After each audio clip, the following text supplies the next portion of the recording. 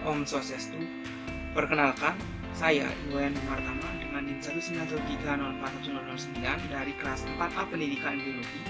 Pada kesempatan kali ini saya akan mempresentasikan tentang topik sel sperma.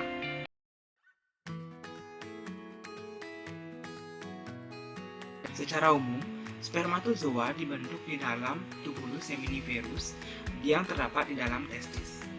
Sperma terbentuk melalui sel induk sperma yang disebut dengan spermatogonium. Proses pembentukan sperma disebut dengan spermatogenesis. Spermatogenesis merupakan proses pembelahan secara meiosis.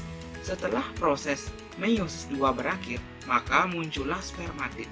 Nah, spermatid ini kemudian akan mengalami diferensiasi secara morfologis dan struktural menjadi sperma yang terdiri atas bagian kepala, leher, dan ekor. Kepala sperma merupakan hasil diferensiasi dari nukleus. Nukleus akan berubah bentuknya menjadi bulat lonjong. Nah, dalam kepala sperma ini juga terdapat akrosom. Akrosom merupakan hasil diferensiasi dari aparatus Golgi dan mengandung enzim-enzim yang berfungsi untuk menembus lapisan pelindung ovum ketika terjadi fertilisasi. Selain itu, pada kepala sperma juga terdapat inti spermatozoa yang menyimpan sejumlah informasi genetik yang akan diwariskan kepada keturunan selanjutnya. Selanjutnya terdapat leher. Leher merupakan hasil dari diferensiasi sebagian besar sitoplasma bersama dengan organela-organela lainnya, yaitu sentriol dan mitokondria. Nah, leher spermatozoa ini merupakan tempat oksidasi sel untuk membentuk energi, sehingga sperma dapat bergerak secara aktif. Selanjutnya ada ekor. Ekor merupakan hasil diferensiasi dari sisa sitoplasma. Ekor ini merupakan alat gerak sperma untuk masuk ke dalam vas deferens, ductus ejaculatorius, dan menuju ke ovum pada saat terjadinya proses fertilisasi.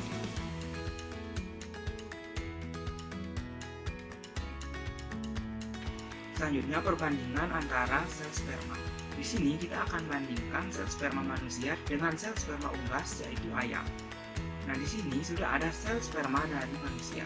Nah, di sini terdapat kepala sperma manusia yang ideal itu berbentuk pir-pipih dengan ujungnya terletak di anterior. Panjangnya kira-kira 5 mikrometer, lebarnya sekitar 3 mikrometer, dan tebalnya sekitar 1,5 mikrometer dengan garis halus. Nah, kepala sperma itu dibagi menjadi 2 bagian, yaitu bagian anterior dan bagian posterior. Bagian anterior ini adalah bagian yang lebih besar, sedangkan bagian posterior adalah bagian akrosom dan daerah pasca akrosom.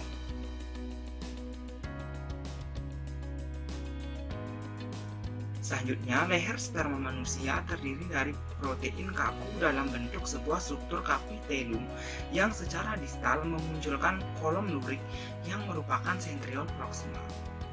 Nah, struktur ini melekat pada daerah lempeng basal inti dari amplop sperma. Selanjutnya ada ekor sperma.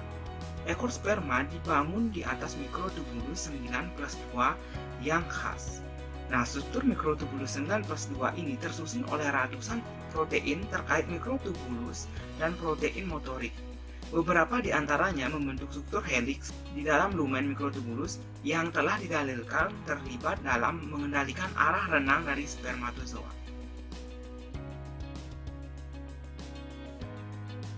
Selanjutnya di sini sudah ada sel sperma ayam. Nah, spermatozoa ayam mempunyai kepala yang silindris sedikit melengkung yang terdiri dari akrosom dan nukleus. Kepala spermatozoa ayam lebih sederhana karena kantung akrosomnya tidak sampai ke segmen ekuatorial seperti halnya pada sperma mamalia.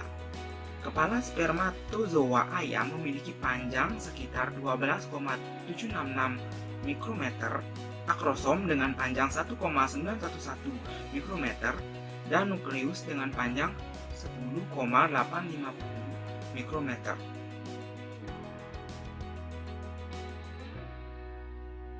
Selanjutnya, leher sperma ayam memiliki panjang 4,220 mikrometer. Panjang leher ini terkait dengan pasokan energi yang lebih besar melalui produksi ATP dalam mitokondria. Selanjutnya, ekor sperma ayam memiliki panjang sekitar 75,738 mikrometer.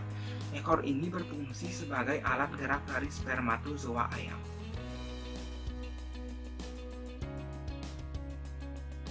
Secara ringkas, perbandingan antara sel sperma manusia dan sel sperma ayam dapat dilihat pada tabel berikut.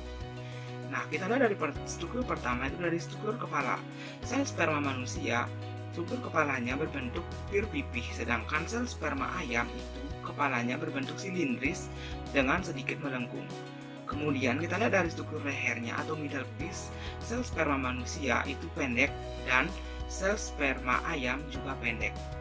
Kemudian ekornya, sel sperma manusia itu mempunyai ekor yang panjang, sedangkan ekor dari sperma ayam itu lebih panjang. Baik, sekian yang bisa saya sampaikan pada presentasi kali ini. Bila masih ada kesalahan pengucapan kata dan kekurangan dalam penyampaian materi, mohon dimaafkan. Saya tutup presentasi saya kali ini dengan Parama Santi. Om Santi Santi Santi.